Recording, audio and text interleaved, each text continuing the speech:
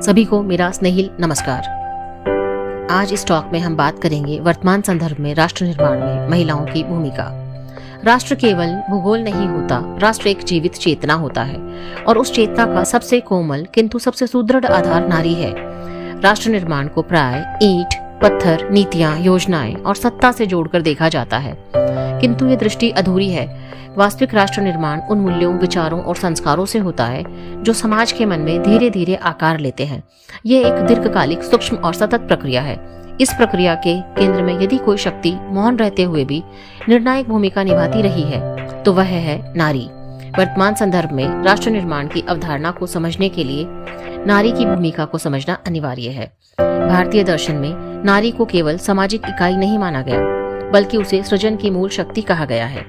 शक्ति शब्द स्वयं इस तथ्य का उद्घोष करता है कि नारी केवल सहयोगी नहीं, सृजक है।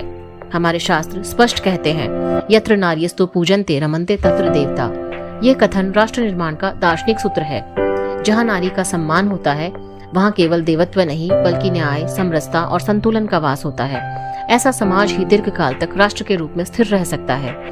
इतिहास साक्षी है कि सभ्यताओं का उत्थान और पतन केवल युद्धों या अर्थव्यवस्थाओं से नहीं होता, बल्कि सामाजिक संरचना से होता है। जिस समाज में नारी को शिक्षा, सम्मान और निर्णय की स्वतंत्रता मिली, वह समाज प्रगतिशील बना, और जहां नारी को पराधीनता में रखा गया, वहां राष्ट्र की आत्मा धीरे धीरे क्षीण होती चली गई। जैसा कि कहा गया है, नारी की स्थिति किसी भी राष्ट्र की नैतिक उन्नति का दर्पण होती है। राष्ट्र निर्माण में नारी की भूमिका का प्रथम और सबसे गहरा आयाम है संस्कार निर्माण। परिवार राष्ट्र की प्रथम इकाई है और परिवार की चेतना का केंद्र नारी होती है। माँ के रूप में वह केवल जीवन को जन्म नहीं देती, बल्कि जीवन को दिशा देती है। वह भाषा सिखाती है, संबंधों का अर्थ समझाती है और मूल्यबोध का बीजारोपण करती है। उसका स्नेह राष्ट्र की भावी पीढ़ी के मन में करुणा, सहिष्णुता और उत्तरदायित्व का संस्कार बनकर उतरता है। किसी दार्शनिक ने ठीक कहा है, माँ की गोद पहली पाठशाला है और उसकी दृष्टि पहला संविधान। शिक्षा के क्षेत्र में महिलाओं की भूमिका राष्ट्र निर्माण की आधारशिला है। एक शिक्षित महिला केवल व्यक्तिगत उन्नति नहीं करती, वह सामाजिक चेतना को विकसित करती है। शिक्षिका के रूप में वह राष्ट्र के नागरिकों का निर्माण करती है। उसकी शिक्षा पुस्तक ही नहीं, जीवन उपयोगी होती है। वह प्रश्न करना सिखाती है, पर उत्तर थोपती नहीं।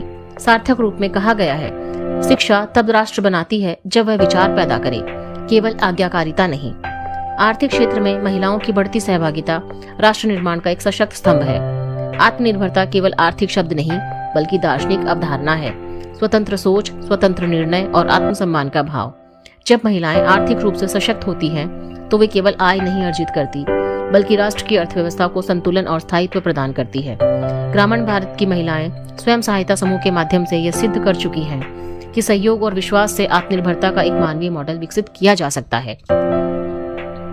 सामाजिक सुधार और राष्ट्र निर्माण का संबंध अत्यंत गहरा है।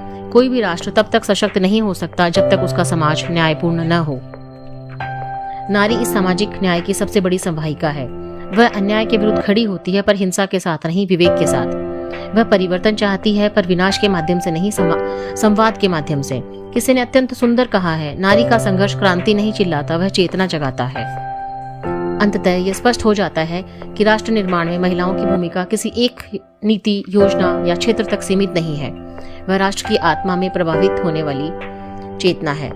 यदि उसे अवरुद्ध किया जाए तो राष्ट्र भीतर से कमजोर हो जाता है, और यदि उसे सम्मान, अवसर और स्वतंत्रता दी जाए तो राष्ट्र स्वतः सुदृढ़ हो उठता है।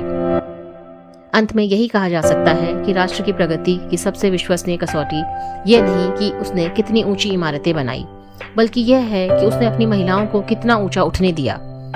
अतः वर्तमान संदर्भ में राष्ट्र निर्माण की कल्पना नारी के बिना अधूरी है। नारी को केवल राष्ट्र निर्माण की सहभागी मानना पर्याप्त नहीं, उसे उसकी केंद्रीय शक्ति के रूप में स्वीकार करना ही सच्चे अर्थों में राष्ट्र निर्माण की दिशा में उठाया गया कदम होगा। क्योंकि जब नारी आगे बढ़ती है, तब राष्ट्र केवल आगे नहीं बढ़ता, वह परिपक्व होता है। राष्ट्र ईंट पत्थरों से नहीं बनते, वह चेतना से बनते हैं, और उस चेतना की सबसे गहरी धारा नारी है। धन्यवाद।